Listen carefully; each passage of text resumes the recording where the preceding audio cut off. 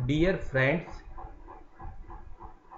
आज हम अनुप्रयुक्त भौतिकी विषय में जो हमारी यूनिट नंबर 6 है हीट ट्रांसफ़र, उसमें एक टॉपिक की बात कर रहे हैं। वह टॉपिक है ऊष्मागतिकी के नियम, लॉज ऑफ थर्मोडायनेमिक्स। ऊष्मागतिकी के 3 नियमों की बात हम यहाँ पर करेंगे।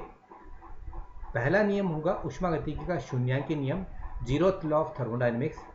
दूसरे नंबर पर बात करेंगे ऊष्मागतिकी के प्रथम नियम की, फर्स्ट लॉ ऑफ थर्मोडायनेमिक्स। और फिर हम बात करेंगे ऊष्मागतिकी के द्वितीय नियम, सेकंड लॉ ऑफ थर्मोडायनेमिक्स। ऊष्मागतिकी का शून्यांकी नियम, जीरोथ लॉ।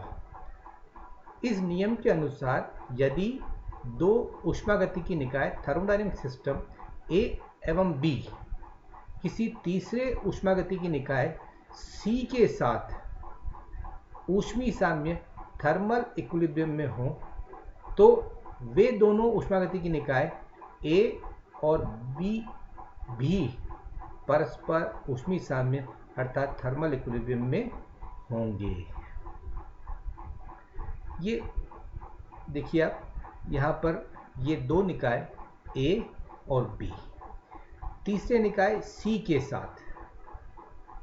देखिए आप ए और सी के बीच में ये दीवार है, ये ऊष्मा की सुचालक दीवार है। इसी प्रकार से बी और सी के मध्य भी दीवार, ऊष्मागतिकी की जो दीवार यहाँ पर है वह सुचालक दीवार है। इसी प्रकार से ए और बी के मध्य जो ये दीवार यहाँ पर दिखाई गई है, यह कुचालक दीवार है। अब हम बात करते हैं ए और सी की।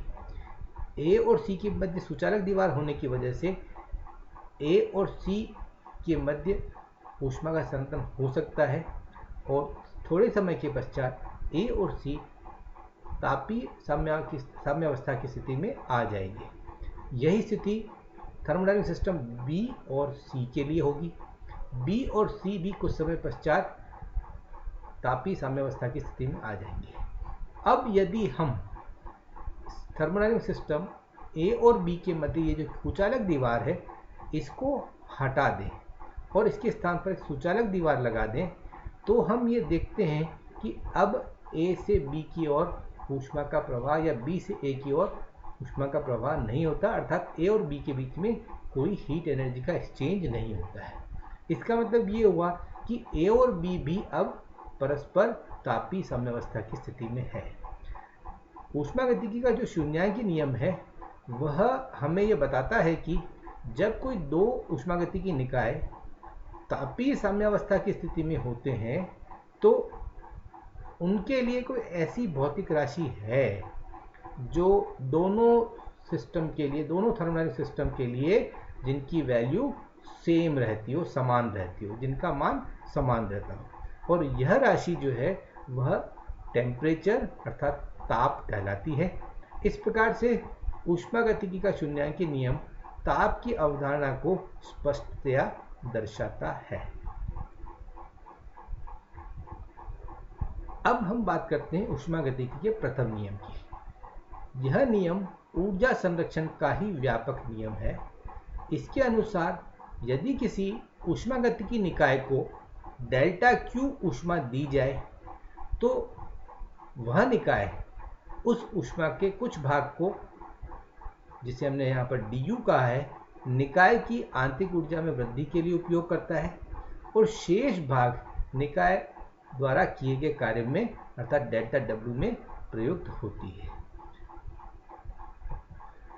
इस प्रकार से आप देखेंगे कि जो ऊष्मागतिकी निकाय को ऊष्मा दी गई थी डेल्टा क्यू, यह दो भागों में प्रयुक्त की गई है।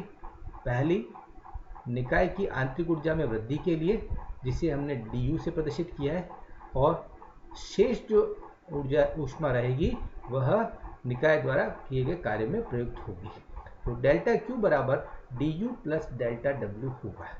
यहाँ पर एक महत्वपूर्ण बात ये होती है कि ये जो यू है आंतरिक ऊर्जा, यह स्टेट वेरिएबल है, अवस्था चर है। यह केवल निकाय की प्रारंभिक और अंतिम अवस्था पर निर्भर करता है, यह प्रयुक्त किए गए पथ पर निर्भर नहीं करता है। जबकि जो डेल्टा क्यू और डेल्टा डब्ल्यू है, यह निकाय की प्रारंभिक और अंतिम अवस्था के साथ साथ इस बात पर भी निर्भर करती है कि निकाय की अवस्था परिवर्तन के लिए किस प्रकार का पथ प्रयुक्त किया गया है। यहाँ पर हम यह भी कह सकते हैं कि जो किया गया कार्य है डेल्टा डब्ल्यू, उसका मान P इंटू dV के बराबर होता है, जहाँ पर P निकाय के लिए दाब है और dV आयतन में हुआ परिवर्तन है।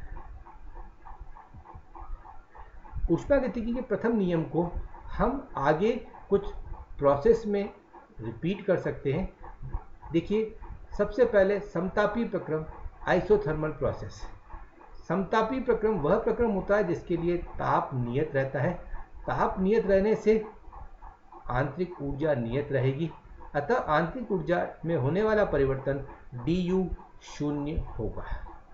ऐसी स्थिति में निकाय को दी जाने वाली ऊष्मा निकाय द्वारा कार्य में प्रयुक्त होगी, अतः हम ये कहेंगे कि डेल्टा क्यू बराबर डेल्टा डब्ल्यू होगा समतापी प्रक्रम या आइसोथर्मल प्रोसेस के लिए। अब हम बात करते हैं सम आयतनिक प्रक्रम या आइसोकोरिक प्रोसेस के लिए। आइसोकोरिक प्रोसेस वह प्रोसेस होता है जिसमें आयतन नियत रहता है। आयतन नियत रहने से dV आयतन में होने वाला परिवर्तन शून्य होने होगा और ऐसी स्थिति में किया गया कार्य डेल्टा डब्ल्यू शून्य होगा, अतः डेल्टा क्यू बराबर du होगा। अतः हम ये कह पाएंगे कि निकाय को दी जाने वाली ऊष्मा अब केवल निकाय की आंतरिक ऊर्जा में वृद्धि के लिए काम आएगी। ऐसा सम आयतनिक प्रक्रम या आइसोकोरिक प्रोसेस में होगा। अब हम बात करते हैं समदाबीय प्रक्रम की, आइसोबारिक प्रोसेस के लिए। आइसोबारिक प्रोसेस में प्रेशर कांस्टेंट होता है, दाब नियत होता है, अतः ऐसी स्थिति में डेल्टा क्यू बराबर du plus P delta we होगा। इसके बाद हम बात करते हैं रुद्धोष्म प्रक्रम या एडियाबैटिक प्रोसेस। एडियाबैटिक प्रोसेस वह प्रोसेस होता है जिसमें निकाय को ना तो ऊष्मा दी जा सकती है, ना निकाय से ऊष्मा ली जा सकती है, अतः ऐसी स्थिति में डेल्टा क्यू शून्य होगा और हम ये कह पाएंगे कि du बराबर माइनस डेल्टा डब्ल्यू होगा, अर्थात निकाय की आंतरिक ऊर्जा में जो वृद्धि है वह निकाय के किए गए कार्य की कोष्ठ पर होगी। इस प्रकार से हम कहेंगे कि du बराबर माइनस डेल्टा डब्ल्यू। अब हम बात करते हैं ऊष्मागतिकी के द्वितीय नियम की। अनुभव में कई ऐसे प्रक्रम हमें दिखाई देते हैं जो कि ऊष्मागतिकी के प्रथम नियम से पूर्णतया अनुमत हैं, अर्थात ऐसे कई प्रोसेस हैं जिनको फर्स्ट लॉ जो है वो पूर्णतया अलाउ करता है, लेकिन वास्तव में ऐसे प्रक्रम कभी हमें होते हुए नहीं दिखते हैं। स्पष्टतया यह होगा कि ऐसे प्रक्रम विज्ञान के किसी आंतरिक मूल नियम के कारण निषेध हों। ऊष्मागतिकी का द्वितीय नियम, केल्विन प्लैंक का कथन यहाँ पर हम कह रहे हैं, ऐसा कोई प्रोसेस संभव नहीं है, ऐसा कोई ऊष्मागतिकीय प्रक्रम संभव नहीं है जिसका एकमात्र परिणाम किसी ऊष्मा भंडार से ऊष्मा का अवशोषण करना तथा उस ऊष्मा को पूर्णतया कार्य में रूपांतरित करना हो। अर्थात कोई भी ऐसा थर्मोडायनामिक प्रोसेस नहीं हो सकता जिसमें हम केवल जो सोर्स है हमारा हीट का, उससे हीट एनर्जी लें और सारी की सारी हीट एनर्जी को कार्य में रूपांतरित कर दें। ये केल्विन प्लैंक का कथन है। ये इंजन की कार्यप्रणाली पर आधारित है। इसी का एक और स्टेटमेंट है क्लासियस स्टेटमेंट, क्लासियस का प्रकथन। उसके अनुसार ऐसा कोई भी प्रक्रम संभव नहीं है जिसका एकमात्र परिणाम किसी ठंडे पिंड से किसी गर्म पिंड में ऊष्मा स्थानांतरण हो।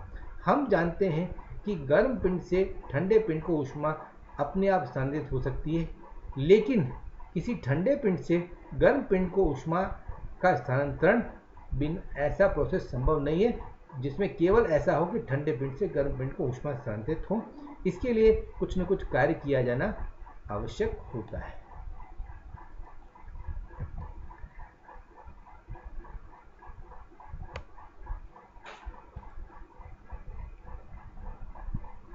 जो ऊष्मागतिकी का द्वितीय नियम है, यह किसी ऊष्मा इंजन की दक्षता, एफिशिएंसी और किसी रेफ्रिजरेटर के कोएफिशिएंट ऑफ परफॉर्मेंस, निष्पादन गुणांक की मूल सीमा को निर्धारित करता है।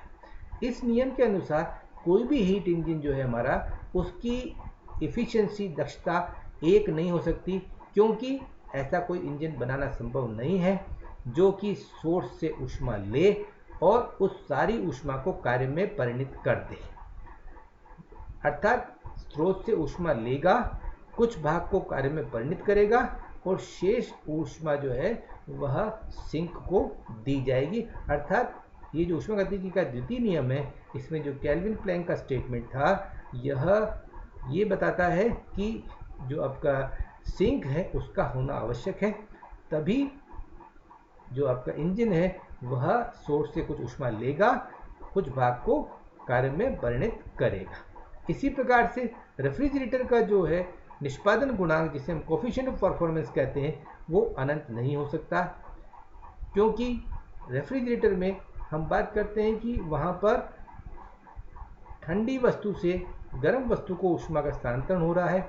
ऐसी स्थिति में कुछ न कुछ कार्य उस पर किया जाएगा, इसलिए इसका जो कोएफिशिएंट ऑफ परफॉर्मेंस है वह अनंत नहीं हो पाएगा। इस प्रकार से ऊष्मागतिकी की ये जो द्वितीय नियम है, इसके दो अलग अलग स्टेटमेंट हैं। केल्विन प्लैंक का स्टेटमेंट जो कि हीट इंजन की कार्यप्रणाली पर आधारित है, और दूसरा क्लॉसियस स्टेटमेंट जो कि रेफ्रिजरेटर की वर्किंग पर बेस्ड है। ये दोनों कथन दिखने में हमें अलग अलग दिखाई देते हैं, लेकिन हम इस निष्कर्ष पर पहुंच सकते हैं कि ये दोनों कथन जो है वह एक ही हैं। यदि एक कथन, एक स्टेटमेंट रॉन्ग है तो दूसरा स्टेटमेंट भी ऑटोमेटिक रॉन्ग होगा। इसके अतिरिक्त हम यह भी कह सकते हैं कि थर्मोडायनेमिक्स का जो सेकंड लॉ है, इसकी जो स्टेटमेंट है ये नेगेटिव स्टेटमेंट है कि ये हम नहीं कर सकते। इस प्रकार से आज हमने ऊष्मागतिकी के जो 3 महत्वपूर्ण नियम हैं, 0th लॉ, फर्स्ट लॉ और सेकंड लॉ का हमने यहाँ पर अध्ययन किया। Thank you.